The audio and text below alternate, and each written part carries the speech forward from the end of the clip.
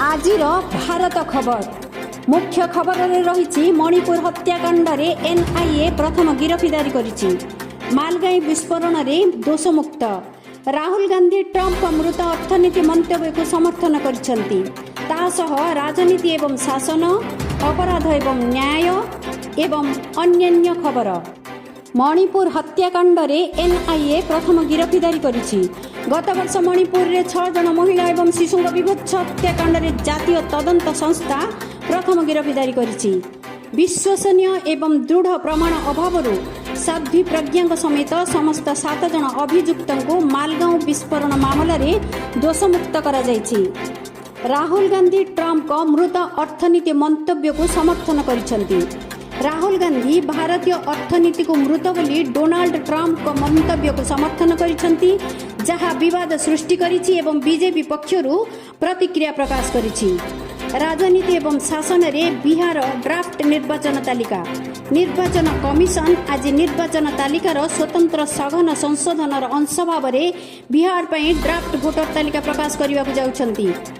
केंद्र रेल प्रकल्प गुड़िको अनुमोदन करिछि। केंद्र कैबिनेट 11,000 कोटी टंकार रेल नेटवर्क वृद्धि करने पाई 4टी प्रकल्प समेत 6टी प्रमुख पदक्षेप को अनुमोदन करिछि। ममता बनर्जी दुर्गा पूजा अनुदान वृद्धि करिसेंती। पश्चिम बंग मुख्यमंत्री ममता बनर्जी दुर्गा पूजा कमिटी गुड़िको आर्थिक अनुदान 1.10 लाख को वृद्धि करिसेंती। अपराध एवं न्याय ईडी अनिल अंबानी को समन। 3,000 कोटी टंकार ऋण ठकई मामला रे प्रवर्तन निर्देशालय अनिल अंबानी को समन करिछि। पुणे ड्रग पार्टी पुणेर एक ड्रग पार्टी सह जड़ित 5 जन को न्यायिक हेफाजत को पठा जाइछि। तेलंगाना टेकी अभियोग अनुजाई बलात्कार। तेलंगानार जड़े 25 वर्षीय आईडी वृत्तिगत अभियोग करिसेंती जे तांको इंस्टाग्राम रे बंधुता करिथिबा जड़े व्यक्ति बलात्कार करिसेंती। अन्यान्य खबर। एलपीजी मूल्य ह्रास। वाणिज्यिक गैस मूल्य ह्रास करा जाइछि, जहां आज ठन कार्यकारी हेबो। दिल्ली रे हॉट एयर बेलून यात्रा। दिल्ली रे आगामी 2 मास मध्य रे हॉट एयर बेलून यात्रा हेबो। दिल्ली रे भूमिकंप मॉक ड्रिल।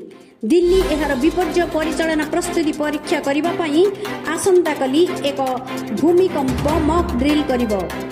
ब्यूरो रिपोर्ट ओंकार न्यूज ओडिया।